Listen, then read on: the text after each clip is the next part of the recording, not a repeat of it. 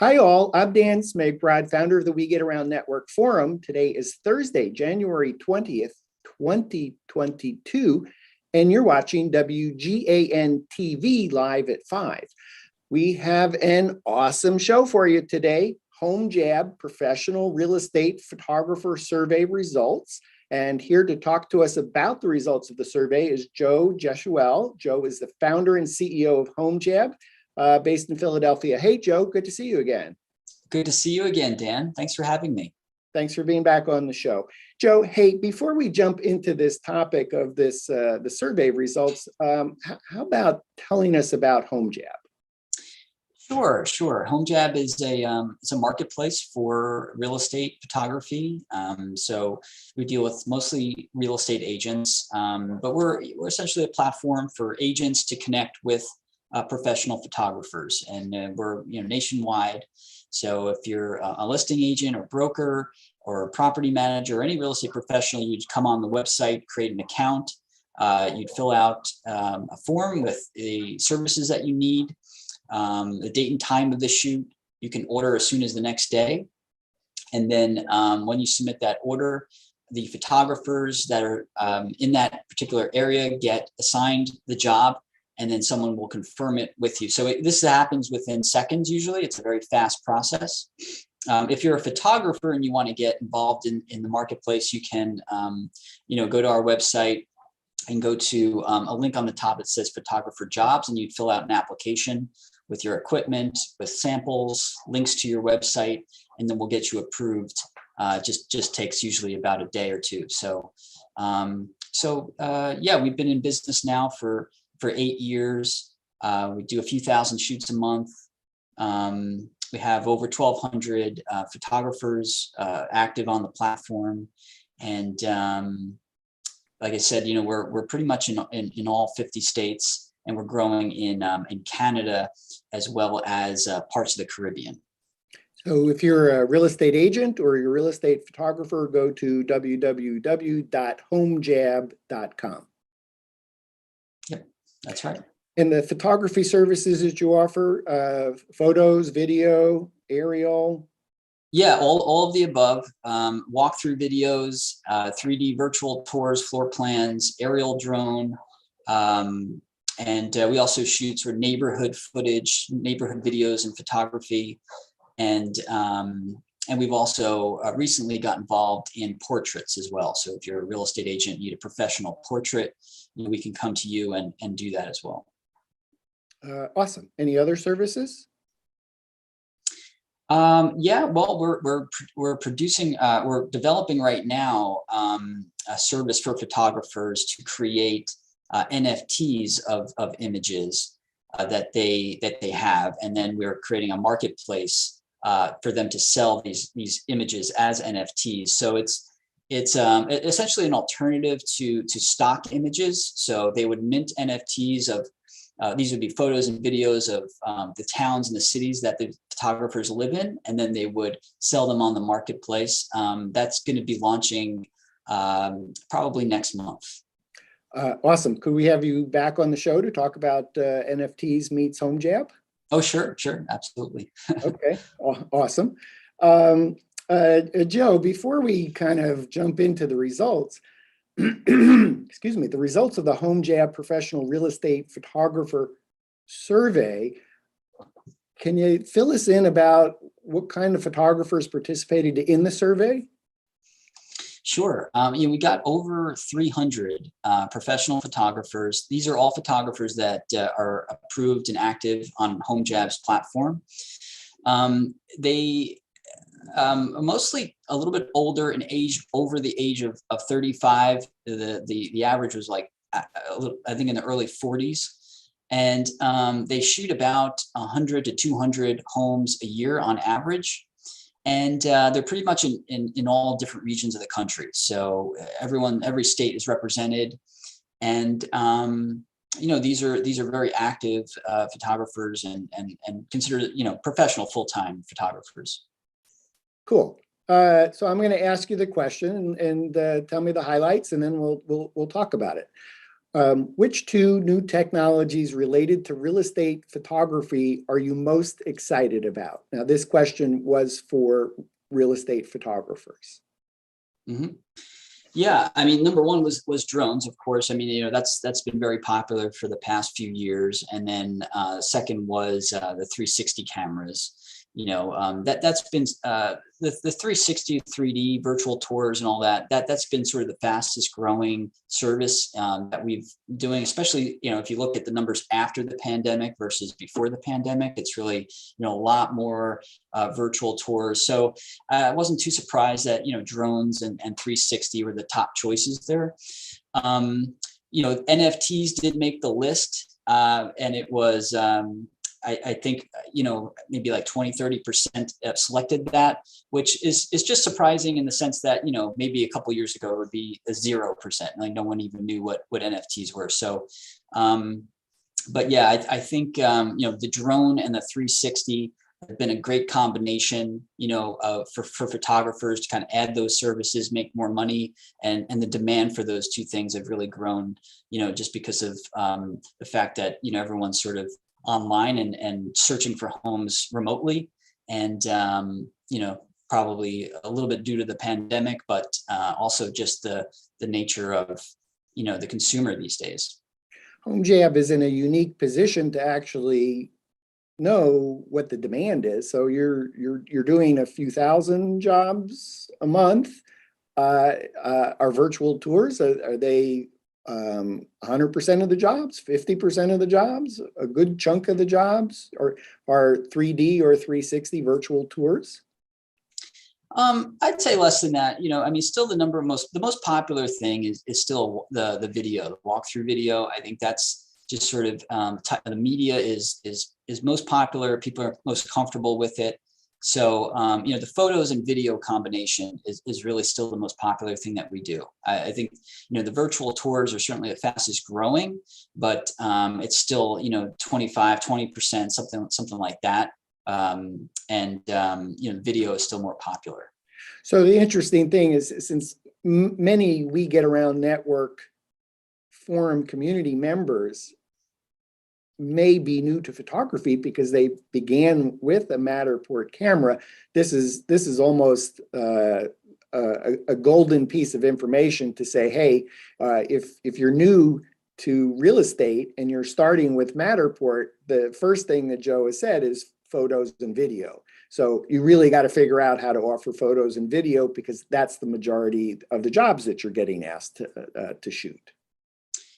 That's right. And, HomeJab, we might be in a little bit of a different position just because, video is how we started. That was like, our bread and butter for many years. We were sort of known for doing the walkthrough video. And so a lot of our customers, that's how they got started with us. But more and more are trying 3D, and certainly new customers that are coming on are trying 3D, and it's become a little bit more even. But I just think, the homeowner, the consumer, is still a little bit more comfortable with video. They just deal with it all the time, on social media and streaming video and everything. So it's just a little bit more of a known entity. Whereas virtual 3D stuff, you need to be more of an active user, obviously, and it's a little bit more of a new experience, but certainly the more, growing very quickly. The question was, what two new technologies related to real estate photography are you most excited about? And the photographers indicated two, drones 60%, 360 cameras 54%. Are a significant portion of the HomeJab jobs drone, aerial, photo, video as well, or is that still a small percentage, but the photographers are excited about it because it is growing? To be honest, we've seen aerial demand for aerial sort of plateau or go down a little bit, especially after the start of the pandemic. So what we kind of saw was more people adding in 3D virtual tours and video so that you can see, get an interior view of the home and tour of the inside, and less people opting for aerials. So before the pandemic, it was kind of more people were doing aerials. And I think one of the reasons is that they're just investing more in that interior tour, because the fact that people aren't just more willing to go out and tour properties in person. So we've seen demand for aerials kind of go down a little bit. I think what's cool though, from the photographer standpoint, is just the change of the technology has changed, and there's so many new drones out there, and the drones that you can fly sort of point of view, and just I've seen videos where the drones are flying through the house, and it's just really new stuff like that I think is the most exciting. But from the demand side, the agent side, that we're seeing more just people opting for the video and virtual, a little less in aerial right now. Mm-hmm. You mentioned automated drones flying through the house. Do you think at some point we might see 3D depth data capture by drone? It's possible. I mean, what I saw, that it's very difficult to do, and very sort of risky. And it's I only know a handful of photographers that even try it. And so you have to be really, really good. And it's not something that many photographers are doing right now. So it's not going to really get, that widespread adoption. Unless it's automated. Right. And not quite there yet. I haven't seen anything like that. To the point where the drone could fly through the house. But I guess that's possible. Cool. NFTs. What is your interest in NFTs of digital assets like photography? Yeah, I think they solve a couple of issues. One being the question of who owns the photos. So, this is sort of an issue that you see on the photographer end and on the real estate agent side of things. The real estate agents have started getting their attorneys involved, and now they're making sort of photographers, sign these contracts that basically just, have them handing over all ownership rights to the agent and the broker. And, the NFT sort of, I think, replaces the need to have those sort of legal documents, because it's a very transparent, sort of deliberate transfer of usage rights to from the seller to the buyer. So I think it's a really cool way for photographers to transfer usage rights of digital photos to buyers. Where they may be real estate agents, they may be businesses, journalists, and then if you're a buyer of that image, you have a very sort of publicly verifiable, transparent sort of right to use that image. And I think that's just a very sort of, it's just an ideal way, I think, to sort of, convey those usage rights to someone. Mm-hmm.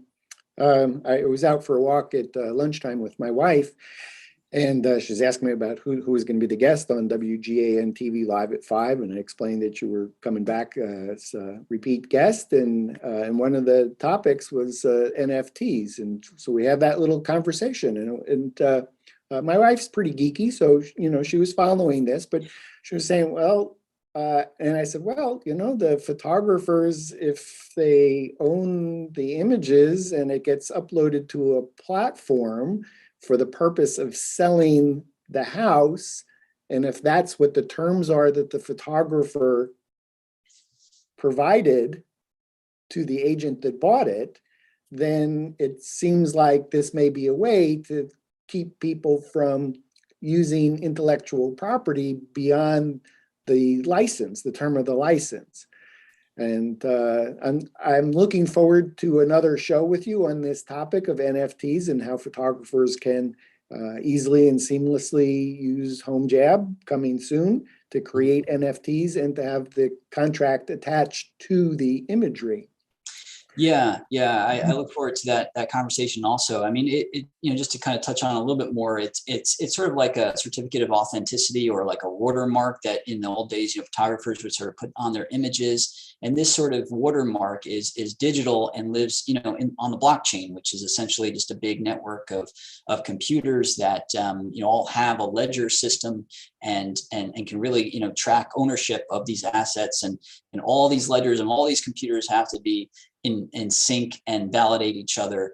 And so it's really hard to hack into, and it's a really good system, a really secure form of a database. And so I think, when you have the potential of transferring ownership of these digital files from one person to another, the blockchain is a really good way of kind of managing all of that.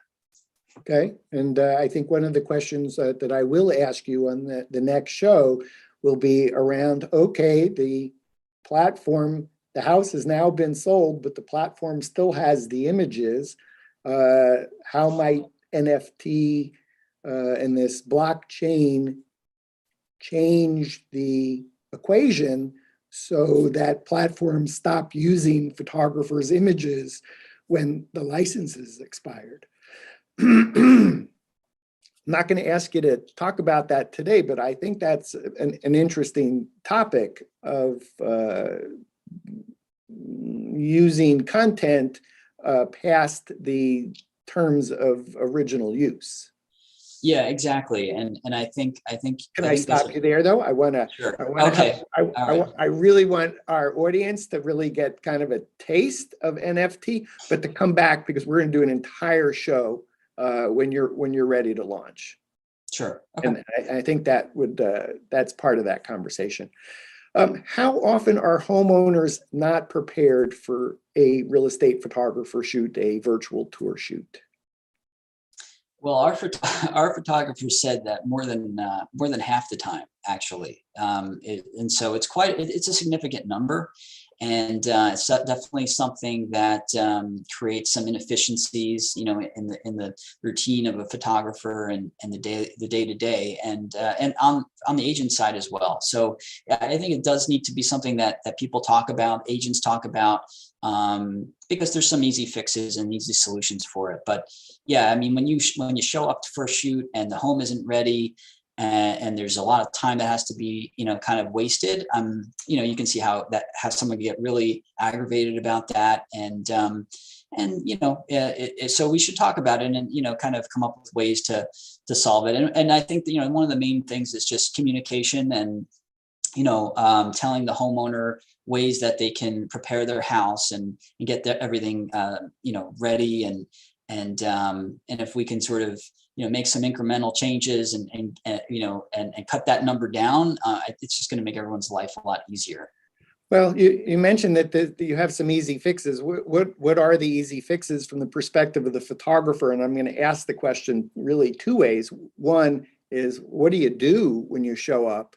What do you advise your photographers, HomeJab photographers, to do when they show up and the homeowner's not ready for the shoot? Well, it happens a lot. I mean, they many times they end up waiting, and it's aggravating, and it sometimes makes you late for your next appointment. So you have to draw the line somewhere. So, but taking 10, 15 minutes, although it's not ideal, sometimes the homeowners just need that extra time. And I think everyone has to understand also. Someone's selling a house, it's a very emotional it could be very emotional. You don't know what just happened in their life, to make them have to sell their house. So I think we all should just sort of, recognize that there's a lot going on. They're stressed out, so I don't know if we don't need to blame people or, come down on people hard. I just think that, you show up and they're not ready. You just sort of act nice and professional, and if it seems like it's going to take a long time, you'll just say, okay, like, why don't we reschedule and you come back another time. I mean, it's that simple. I just think one of the main things is just before you get there, is if you're a photographer, is to send your customer, the real estate agent, just a list of things to do, that they can then send to the homeowner. And, HomeJab has a lot of blog articles on this, how to prep your home. We have a PDF that we send to agents. We have a short little blog post, and then we have a really long article about, exterior, interior. So we have a lot of tips. A lot of them are obvious things, like declutter stuff and remove cars from the driveway and garbage cans and all this. But again, when you're a seller and you're about to sell your house, maybe you're not thinking about all these things. And even if it's obvious, So I think what I'm hearing is Home Jab does have resources for real estate agents. Is there any way to get a better cooperation of the agent talking to the homeowner ahead of time? Should the photographer be talking to the homeowner ahead of time? Should the photographer be reminding the real estate agent? Over half of homeowners not being ready for shoot seems high. So are there other ways to mitigate that? Well, I think as photographers, we have to be careful about just, reaching out to the homeowner, because that's not really our client. Our client is the real estate agent. Now, if the agent wants us to contact the homeowner, then we're happy to, email them these materials and the blog articles and the PDF that we have of how to, prep their house and all of that stuff. But I think the photographer's job is really to, send that material to the real estate agent and just sort of, give them the assets that they need to send to their client. And they'll do that. I mean, they want it to go efficiently too. I mean, the agents they don't want to be wasting their time. They want to get the shoot done and move on with their day also. So I think we're all on the same page that if we send them the materials, then it'll most likely end up with the homeowner.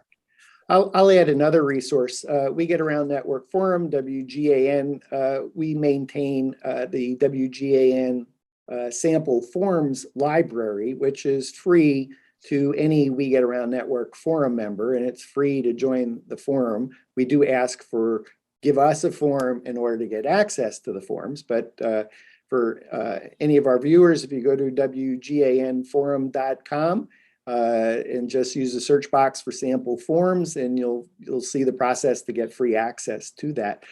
I don't shoot that often, but gosh, I think most of the clients that I shot for were not ready. I'd be moving boxes, I'd be moving surfboards.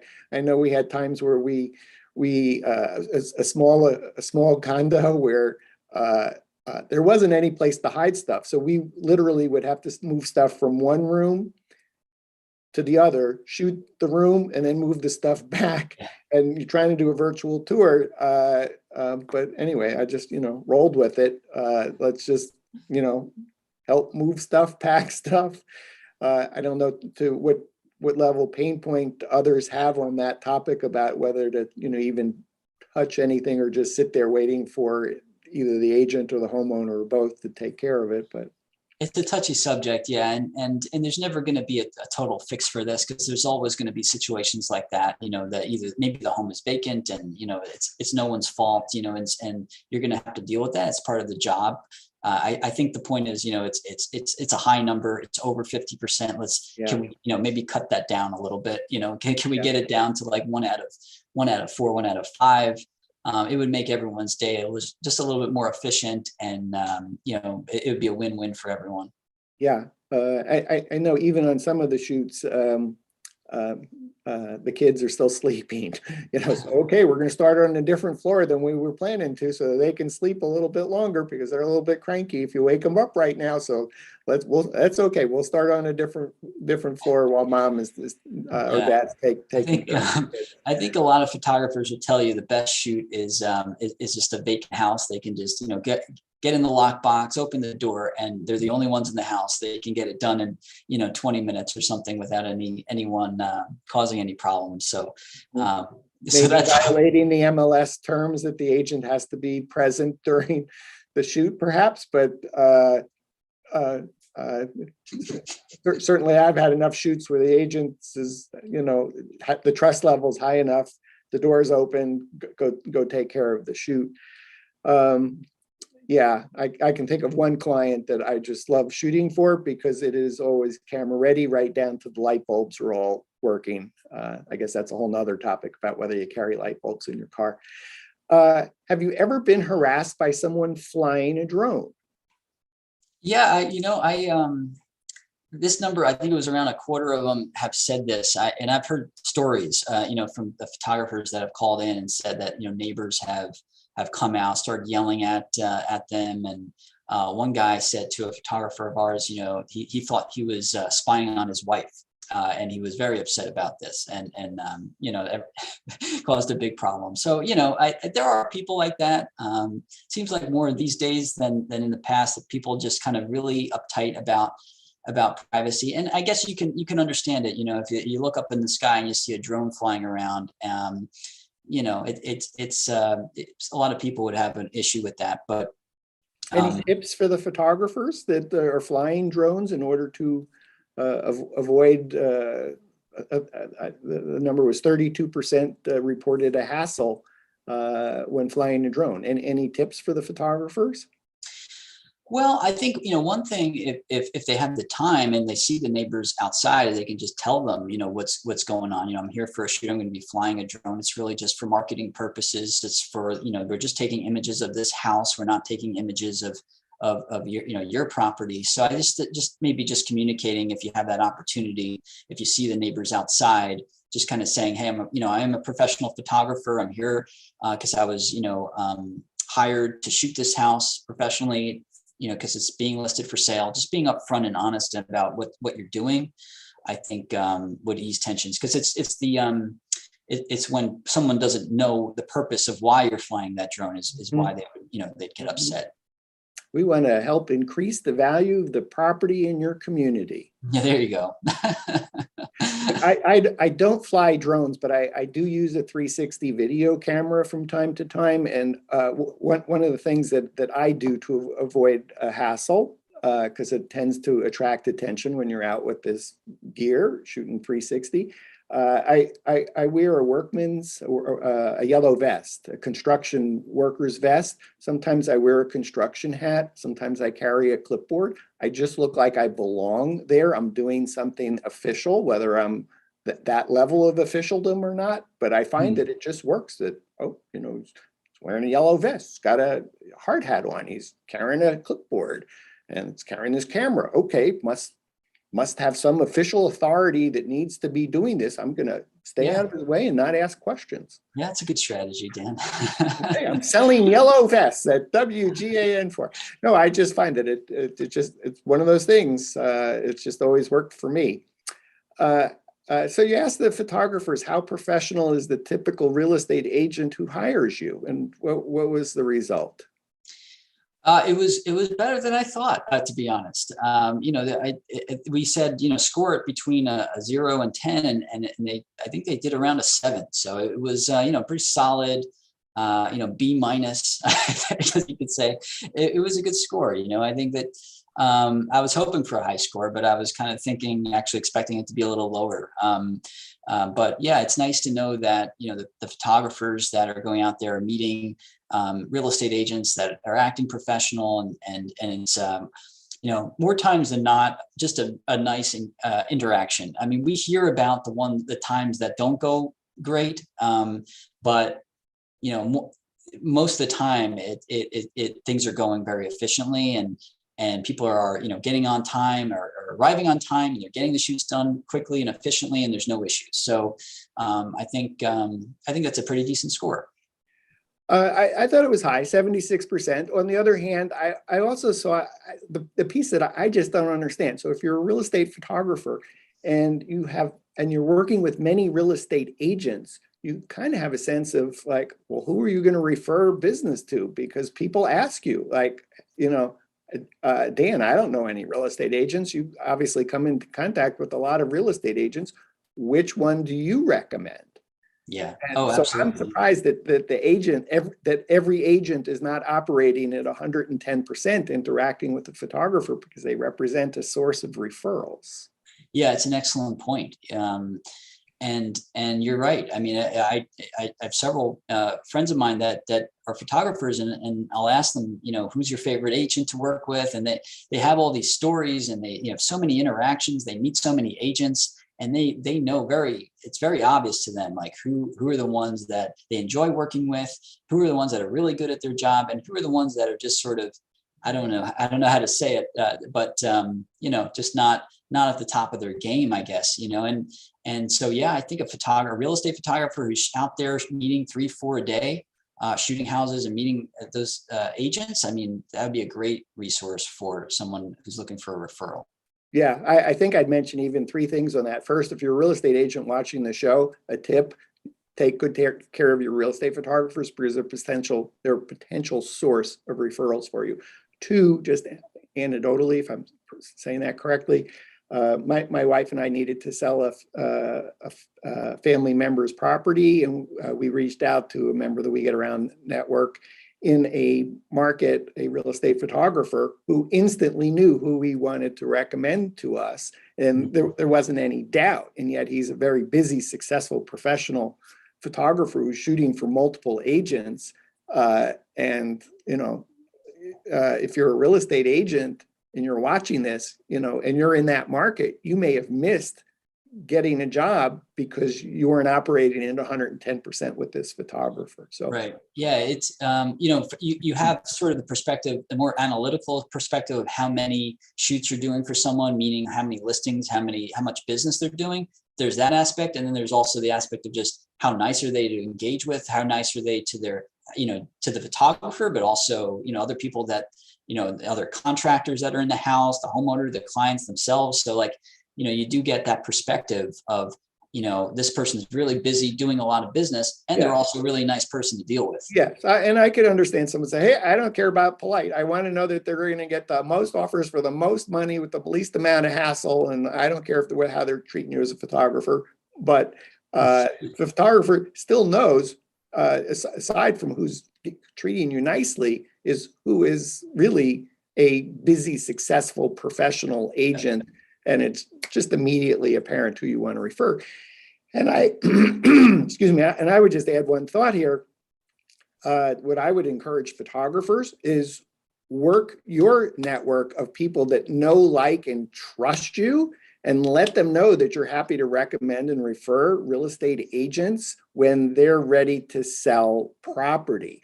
Because when you develop a relationship with an agent and they see you as a source of leads, you're going to be able to charge, full rack rate of what you want to charge, and you're just going to be elevated in the minds of your agents, because you're not just a vendor, you're someone who's actually developing business for them through your trusted network.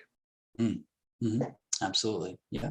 Great point. I'm going to switch gears here because HomeJab also did a survey of real estate agents, and you reported the results at the end of 2021.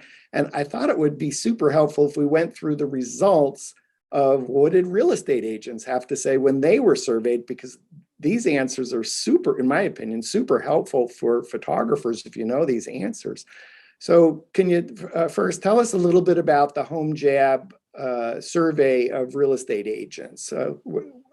Agents that you, maybe we'll start with, how many agents did you survey? There were 289 agents that submitted responses, and a portion of these were customers of ours, but about half, or a little bit more than half, were non-customers. So people that have no affiliation with HomeJab at all, but they did have one thing in common: they are active listing agents. So these aren't buy-side agents. They're active agents, and they were agents that had listed properties within the last 6 months. So they were doing business and a top listing agent. Terrific. Let's jump into the questions. Do you hire a professional photographer for every listing? Yeah, I was happy to see that 72% do that pretty much every time. So I mean, that was nice to hear. I think what the answers that we've heard that kind of are cringeworthy was like, it depends on the house, that kind of thing, which of course is not a great look if you're a professional. You want to put your best presentation out there, no matter what the house is, no matter what the situation. Even if you think it's going to sell in a day, you're going to have 10 offers the first day, because it might not be about selling that house. It might be about selling yourself to the next potential customer. So always kind of use a professional, because you don't know who's going to see that. Even if it sells, that if the house doesn't need it per se, or it's going to sell right away, someone's going to see that and know that, hey, why didn't you use professional photos on this house? So it's about, having a real professional presence, I think, more than anything else. Joe, this may be a hard statistic. 72% sounded super high to me, and maybe if half the real estate agents that participated in the survey are HomeJab customers, then it seems like the bias would be, well, yes, of course because they're HomeJab customers, they engage professional photographers. So I just feel that number might have been high if half the respondents were actually already buying photography services from HomeJab. Am I off base on that? Well, they do buy from us, but I mean, it doesn't mean that they have to buy every time. So I mean, like, I think, the question being, do you do it on every single listing? And the number came in a little bit high. So not only are they hiring us for, certain properties, but they're doing it pretty much for every property, which was nice to hear. And we've also surveyed, a lot of agents that we did not work with, so we had, ad going on Facebook and Instagram, that was targeted to real estate agents. So, I think we got a pretty good sampling of different kinds of agents. Let me ask a question a different way about, do you hire a professional photographer for every listing? Today, Thursday, January 20th, 2022, Zillow put out a media release saying inventory is down 40%. Earlier in the week, Redfin announced 3 in 5 houses that get an offer get multiple offers. It almost seems like if you put the house on the market, it's going to sell, regardless of whether you have professional photos, video, aerial, virtual tour, floor plans, painted rocks. How do you help guide photographers through this time where the supply of inventory is incredibly low historically? Well, I feel like we've been sort of operating in that environment for a while, and people were talking about inventory shortages last year, and then you had the start of the pandemic, and the year before that people were talking about it. So I mean, it's sort of been going on, I feel like, for a while. And so we can't really control that aspect of it. I mean, the inventory is what it is. We just control, our relationships with the agents and our amount of, our contact with them, staying in front of them and that kind of thing. Because, I mean, even though maybe the inventory is low, there's still a lot of properties that are moving. It's just at a, just the raw number. There's still a lot of transactions. So plenty of business out there. And, so I don't think there's a shortage of properties to shoot. Let me see if I can ask the question a little bit different. And you've been HomeJab, your company, founder, CEO for 9+ years now. Your previous life, you were a real estate agent. So I'm going to make a statement and tell me that if this is fair, either thinking it from a HomeJab perspective or your previous life as a real estate agent. Half the reason, 75% of the reason to do photos, video, virtual tours, aerial, professional floor plans, whatever it might be, is all about winning the next listing.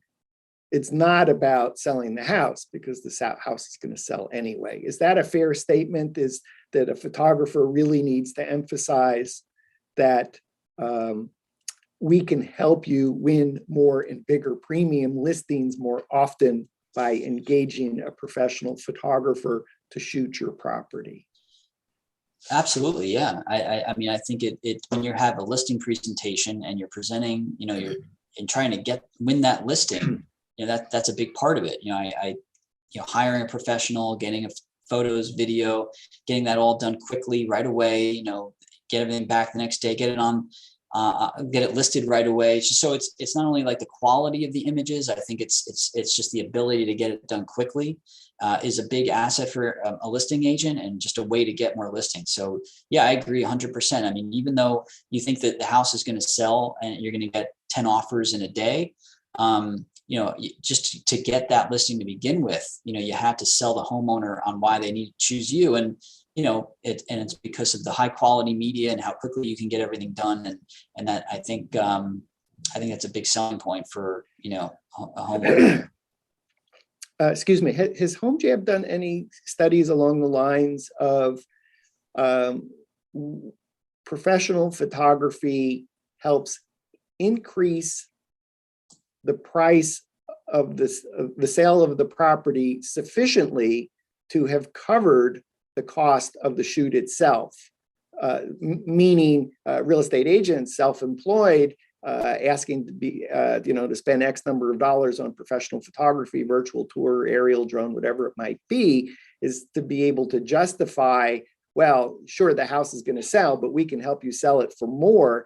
And that means your commission is going to not only cover the expense of the photography, but likely result in yet more higher commission with happier clients who are super excited about recommending and referring you to their friends and colleagues. I mean, we haven't done a scientific survey, but anecdotally, yeah, I've heard that from a lot of agents. And I think these days, it's really like the homeowners just expect it. I don't think it's really a question. I mean, I think they expect, the best photos. I think they expect a video. I don't think they're surprised by doing virtual tours or aerials. I think this is just sort of mainstream now. So I think, on the other hand, I think when we talked earlier in the show, we talked about the 3D 360 tours may only be 20% of the order, and therefore maybe it's not a given. I mean, maybe photos are a given, and maybe the next thing is video. But when do you think we get to the point where homeowners are sophisticated enough to expect and demand that their real estate agent provide these additional visual storytelling assets at no additional expense to them?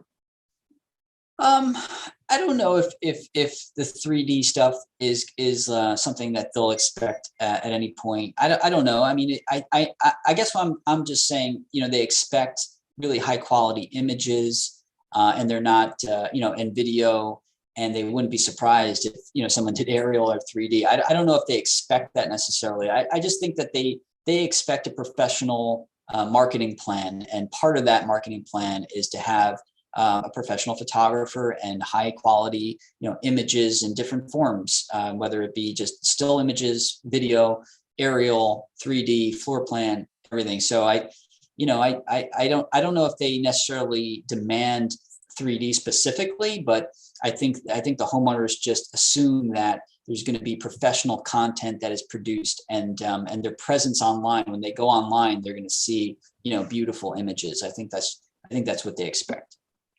Speaking of virtual tours, one of your questions for real estate agents: which kind of virtual tours do you prefer to use with your listing? So one of the categories was 3D, 360. That was kind of bucket together, like them both the same. Another category was video walkthrough, which maybe our audience doesn't think of as virtual tours, but is thought of as a walkthrough, or don't use any. Now that I've totally confused that question, what kind of virtual tours do you prefer to use with your listings? Yeah, so the respondents for our survey did indicate that video was a little bit more popular, not by a ton, but it was more popular than 360. And then, the second most popular response was like they can do both. They can go either way. And I think a lot of them just maybe they ask the homeowner, what do you prefer? I think they're becoming sort of more interchangeable, but video is still the most popular. I think it's mostly just because of still the fact that most agents feel more comfortable with that type of media. They deal with it every day on social media. They deal with it just streaming video from their homes. It's on their phone. They're just more comfortable with it. Virtual tours, although, it's a high percentage and growing, it's still just not as popular as video. Just for clarification, the results were for three, again, for the question, which kind of virtual tours do you prefer to use with your listings? Real estate agents responded for the category of 3D 360 tours, 21%, for video walkthroughs, 35%, so more.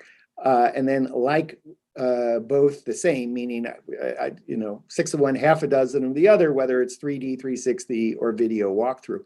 I think my takeaway from what you just described was, since the preference for real estate agents, given a choice between 3D 360 and video walkthroughs being higher, if you've entered this space as a Matterport service provider or a provider of any kind of 3D 360 tours, and real estate is new for you, then you better figure out how to master photos first, video second, and then know that virtual tours, 3D 360, is probably the next in line, or possibly aerial, depending on the property.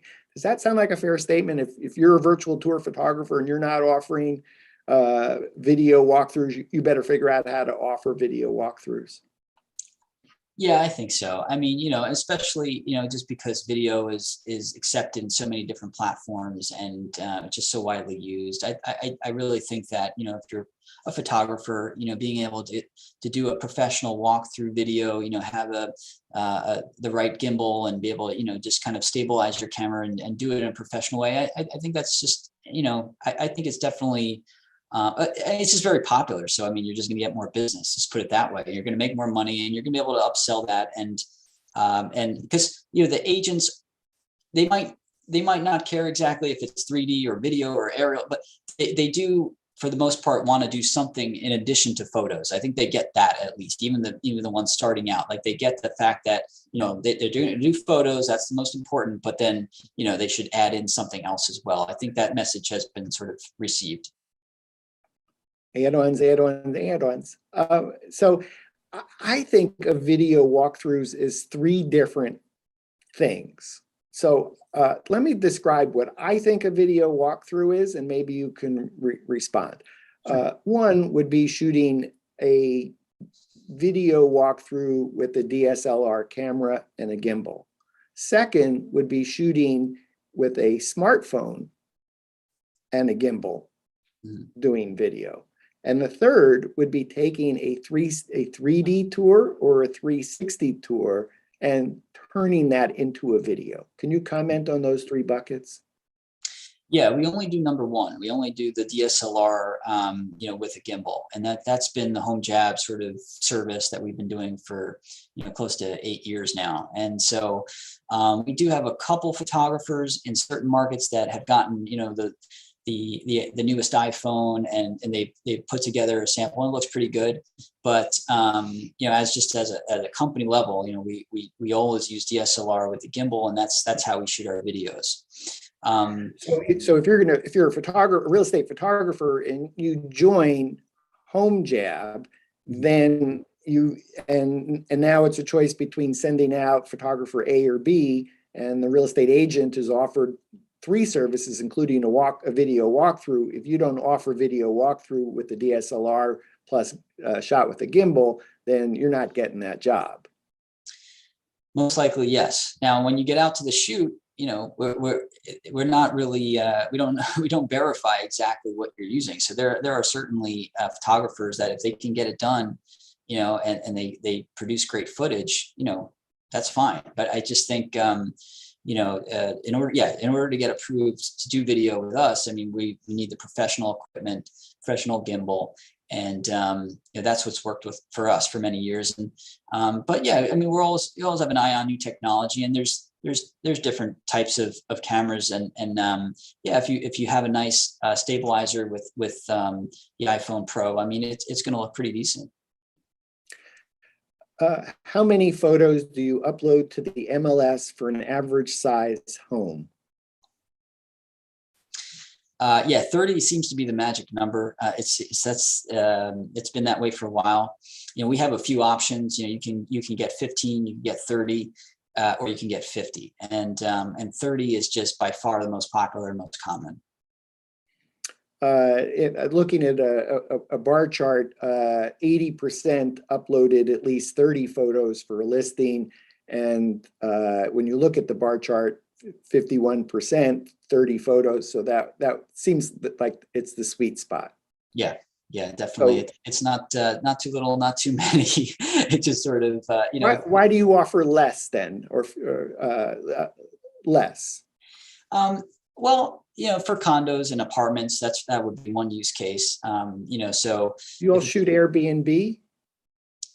we have, yeah, but actually sometimes with vacation rentals, they want more photos because they want to shoot things like what's in the linen closet and things like that. The sort of accessories that are included in that vacation rental. So actually more photos might make more sense. I guess I was talking more about just like urban sort of apartments, condos, two bedrooms, smaller properties that may not need it. Also, if we're just doing exteriors, you don't need more than 15.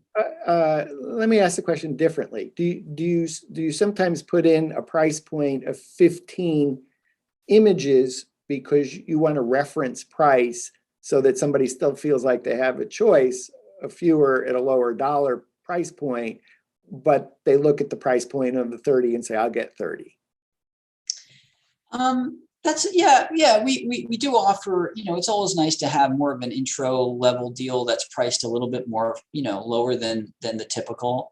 But you're still hiring a professional to go out to the property. So there's not a huge difference in the price there. I mean, you do save a little bit of money, but I mean, ultimately, I think you're right. When people see the prices and you can go from 15 to 30 just by, increasing it a little bit, I think they usually go for 30. And, so it's really just the smaller properties, I think, or exterior only type of shoots, that 15 makes sense. If the property is vacant with no furniture, what kind of staging do you prefer? Yeah, so you have real staging, the real deal, and then you have the virtual. And our survey said that people prefer virtual. And I think that might be a first, because I think when we first started this business, just regular staging, actually moving in furniture, was pretty common. And but now virtual staging, I just think because of the price point and how easy it is, I mean, I think that's more and more agents are just opting to do that. So statistically on your survey, a little over 30% said they prefer virtual staging, 29% prefer traditional staging with real furniture. 40 just said, I just don't do virtual. I just don't do any staging. Right, that was the number one, right? Exactly. I was surprised. I was surprised and not surprised on the virtual staging. I imagine virtual staging is far less from a cost standpoint, and is probably far better if everybody's looking at properties on the first go around online. Yeah. So even though I thought it was high, then I think, wow, well, it seems kind of low. Who are these people that a third of them are spending for real staging? Help me understand why a real estate agent chooses to do real staging, even if 95% of all house hunting begins online, or 93, whatever, over 90%, whatever the statistic is. Yeah. And if you're searching online, why shouldn't you do virtual staging if it's costing you a fraction of what it costs to do real staging? I think a lot of agents would agree with you. And, but I do think that there are some agents that may have been doing this for many, many years, and they just have their ways about doing it. And that's part of their pitch, is like, they're dealing with investors and builders, and they say like, yeah, I work with the staging company, and that helps them to get the listing. I mean, I think it could be beneficial if you're doing a lot of open houses and, a lot of people are walking through the property and things like that. Because, if you see the images online and then you actually go to see the property and it's totally vacant, I mean, it can kind of throw you off a little bit, I think. I think I'm tracking in the We Get Around Network forum on our list 15 different companies that offer virtual open houses within 3D or 360 tours. I think there's almost 10 that actually offer open houses within Matterport tours. If open houses are the reason to have physical staging, but people are moving to virtual open houses. I can't imagine, I wouldn't want to be a physical stager knowing that the world's moving digital. It just seems like I'm that's with you. I'm with you there. I agree. I don't think I'm going to be getting involved in the traditional staging business either. It doesn't sound like you are either. So, but like, so yeah, I think I mean, personally, I prefer virtual staging. It's just that I think, there are a lot of agents still out there that have been doing this that way, and they're not changing, and it's been working for them. But that 29%, that number that you mentioned, I think it's going down for sure. I mean, I don't think there's any question about that. Last question on the surveys. Have you ever tried twilight photography? Yeah, I mean, a lot of people said that they love it. What I thought was interesting was like very few people said they've tried it and they don't like it. That was in the single digits. So most people were saying like, absolutely, yes. And they've said, or they said no, but I'm interested in trying it. So, I mean, definitely most people said those two things. And when we say twilight photography, are we talking about a photographer truly showing up at twilight, or are we talking about just a enhanced image that's turned into twilight? Yeah, you're right. I mean, it could be both, but I mean, twilight photography, to me is when you're going out and shooting at night. You could still edit in the correct sky if you feel you need that, if the weather didn't cooperate. But yeah, real twilight is what we're referring to here. We actually put in the survey, do you use virtual twilight only? And a very few said that, that's what they use.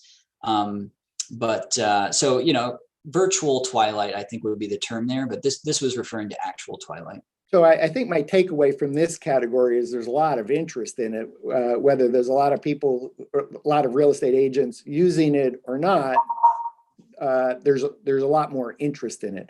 Actually, I did have one more question from your survey. Do you typically use aerial photography? This is asked to real estate agents. Do you typically use aerial photography? 55% said yes, but it depends on the property. And 12% said yes on every listing. So if I add that up, that's 60, almost 70%. So now I'm confused because I'm hearing 70% of the real estate agents say they use aerial photography, but I think I heard earlier that it's only a smaller percentage of add-on. Is there a disconnect between what people are telling you and what they're actually doing? Yeah, I think this question here, the biggest response, the most, what they said here was that they have used it. They do use it, but it depends on the property. And I think what a lot of agents have decided is that many properties don't require it, which is kind of discouraging because, aerial, how do you determine what property needs it or it doesn't need it? It's just more information, more data I don't to know. give the buyer. Is it going to help me win the listing or not? I kind of see that as a kind of a straightforward answer. This client, I need to add that because that's what it's going to take me to win that listing. Yeah, maybe that's the way they look at it. I was looking at it more from the standpoint as, are there certain features in that neighborhood that you want to highlight? And if there aren't, then don't do aerials. If there are, then do it. But I just think that, more and more today, people are interested in not just the property itself, but the community, the neighborhood, and what's around that property. So, I think it's important to kind of highlight or what's around there, even if there's nothing. I mean, it's just more data, more information to be giving to the consumer. And I think that's a good thing. It's just being more transparent. So yeah, I think that they're interested, they do it, but they don't do it enough, I guess is sort of the conclusion there. Any parting thoughts on the surveys, either for real estate photographers or real estate agents? I know we covered a lot of ground. I just give you an open-ended question if there's something else that just kind of jumps to mind as a result of these surveys. Yeah, one thing, just going back to the NFTs that we touched on in the beginning, we asked the question on one of the surveys, what are you most excited about? And NFTs were on the list, but it wasn't one of the higher ones. But then we got to the question right after that, if there was a tool that you can use online to create NFTs and a tool to help you sell them online, would you be interested? And over 70% of the photographers said, yes, we'd be really interested. So awesome. I'm gonna leave it there and Okay. say to our viewers, stay tuned, because Joe will be back on WGAN TV live at 5 as soon as Home Jab offers that service coming April 2022, coming in the end or the first quarter, beginning of the second quarter. Stay Yes. tuned. Stay Yes. tuned. And we'll have Joe back on the show talking about a Home Jab tool to make it easy, fast, and seamless to offer your photography as an NFT. It's good? Absolutely. Yep. Awesome. Joe, thanks for being my guest on WGAN TV Live at 5. Thank you, Dan. Appreciate it. Thank you, Joe. We've been visiting with Joe Jesuel. Joe is founder and CEO of Home Jab. You can check out the website at www.homejab.com. If you're a real estate agent, you can sign up for Home Jab there. If you're a photographer, there's a link for you to sign up. And if you really want to do a deep dive into the pie charts and the bar charts and the statistics, they're also available at Home Jab. Just look for the tab for research.